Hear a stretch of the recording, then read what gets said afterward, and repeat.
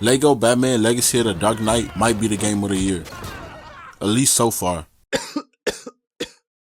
Nah, but seriously though, the devs really cooked with this one. And that's crazy coming from a 24-year-old, bro. Like, I have no business playing a Lego game. Man, anyways, this game does a really good job of combining the feel of a traditional Lego game alongside the Batman Arkham games. From the grapple gun to the gliding to the stealth mode, this game brings a lot of stuff we already seen before, but this time it's Legos. And as far as changes from the past, the map is bigger, the customization is crazy, and the roster is smaller. Like, way smaller. But that's not necessarily a bad thing. You gotta let the devs cook, bro. Let them cook. When it comes to Batman games all time, you gotta put this in your top 5 for sure. I'm the TheHoodHokage, and let's get into this review.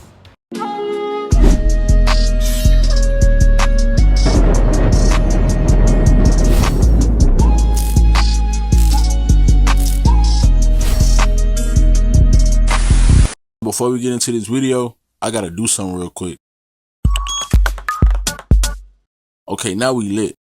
Alright, first off, I wanna get into this story. The game gives you a full history lesson on Batman, starting way back from when he was just a YN. Like, look at this dude. Bro was a menace. You actually get to play as a young Bruce Wayne. This is probably the first game to ever let you do that. But as the story continues, you get to see how his parents die, how he get his training from Ra's al Ghul, and eventually become the Batman. As you play the story, you begin to see a lot of familiar faces and hear a lot of familiar names. I think the game does a really good job of showing how some of his biggest enemies was just regular people at first. You also meet different allies / playable characters along the way that help you complete the missions. I'm gonna get more into them a little bit later. One thing I like is how the missions kind of flow into each other. It don't feel like you're just playing a bunch of random levels. And I've seen a lot of people online complaining about the story because of the pacing. You gotta understand, they trying to fit Batman's whole entire timeline to like 20 missions. You gotta give them people some type of break. The cutscenes wasn't too bad either. I was actually watching most of them, to be honest. And that's coming from somebody who got the attention span of a grapefruit. Overall, I think the devs did a pretty good job with the story. But now it's time to move into the most important part, the gameplay. This is where the devs really went crazy. They gave us so much iconic things from the Batman Arkham series and just put it into Lego form. They really said, hey Batman, you get in there too. Let's start with the combat. I really wish I could put a side by side to show y'all the similarities, but if you play some of the Batman Arkham games of the past, then you already know.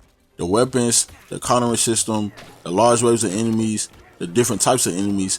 Like, I know y'all remember how you had to jump over enemies with a shield and how you had to evade enemies who had a gun. This game got all of that. Now I do play on a Dark Knight difficulty, which is the hardest, so they was throwing all types of different enemies at me. And you actually have a limited amount of lives, so it forces you to lock in for real. I'm not gonna lie, sometimes it did feel like it was too much enemies. Not that I couldn't handle them, but more so like, when does it go in? So some of the fights did feel a little jagged out. Other similarities I seen was, you can stun enemies and do a crazy hit combo, and when you hit the last enemy in the fight, it does like a little slow-mo version of the hit. And oh, the stealth. This game has stealth. But if I'm being completely honest, this is why I think the game lacks significantly. Now, when it's like 2 enemies just standing there, it's cool or whatever. But when you're in a large room with a lot of enemies, it almost never works. A lot of the enemies be too close and too clustered, and I feel like the game be picking and choosing when they want a nearby enemy to be alerted. Like, bro, I'm right behind you. How could you not see me? That was a little underwhelming because one of my favorite things from the Arkham games, and just video games in general, is to be able to play in complete stealth. Like a traditional Lego game, you still gotta look around and find clues on how to get to the next part of the mission. But in this game, I feel like it's a lot easier. And that's actually a good thing because I get tired of going on YouTube and searching up how to get through a certain mission. I'm pretty sure some of y'all can relate. More on the gameplay, this game has different weapons and gadgets that's unique to each character. You can use them in a fight or to get through a certain part of the mission or just break stuff. Now, let's talk about the characters. Something I probably should have been did. This game only has 7 characters, bro. Yes, 7. Batman, Commissioner Gordon, Catwoman, Robin, Batgirl, Nightwing, and Talia al Ghul. And I'm not gonna lie to you, at the recording of this video, I do not have them all unlocked. But the devs did a really good job of making sure every character feel unique.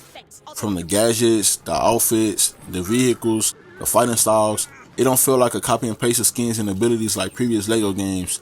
I'm not gonna lie, sometimes I like playing with other characters more than Batman. This game also has an upgrade system where you can upgrade weapons. And it also got a skill tree where you can gain more skills. Pretty self-explanatory, right? Now, I know I just listed a lot of good stuff about the game, but one of the best things might be the grapple gun. You can now glide through the city of Gotham, and it's actually pretty lit. And it really come in handy when you're trying to get around without using a car. Speaking of cars, so I know that's what y'all really came in for, right? Y'all came in for the cars? Wait, hold on, y'all ain't coming for the cars? Oh, my bad, I must be tripping. Each character got their own set of vehicles, and only they can drive their car. It's not like in the past where you can just walk in the street, find any random car, and just take it. But you can call your own car almost whenever you want to, so it balances itself out.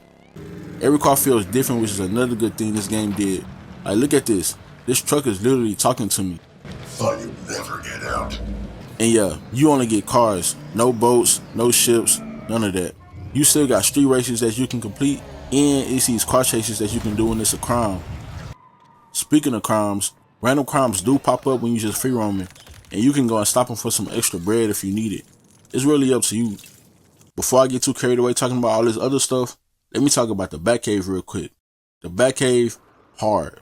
Like, no cap, this might be the biggest Batcave I ever seen in the Batman game, period. The first thing that stood out the most was the size of it.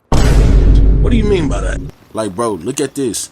You can see all your cars, all your suits. Matter of fact, stop real quick, just look at all these suits.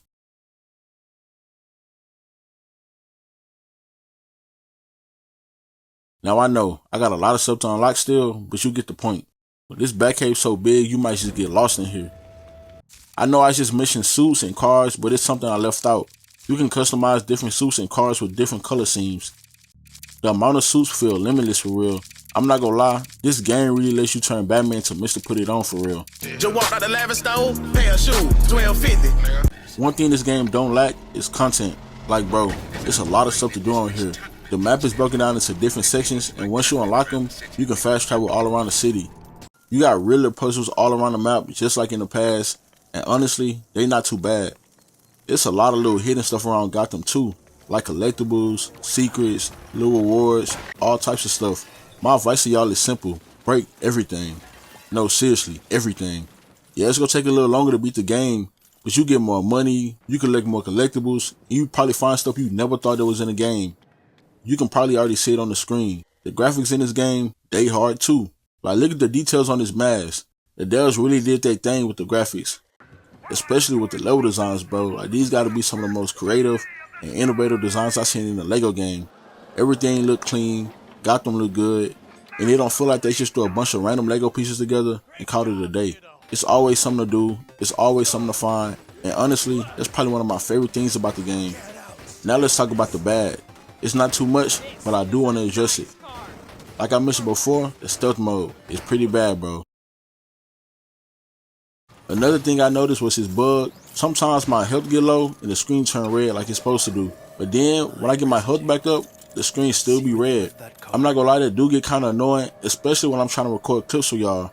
But other than that, I ain't really got too many complaints. Overall, I think Lego Batman Legacy of the Dark Knight is a great game. I think y'all should go buy it and try it out if you haven't already. I'm the Hood Hokage, and I'll see you in the next video.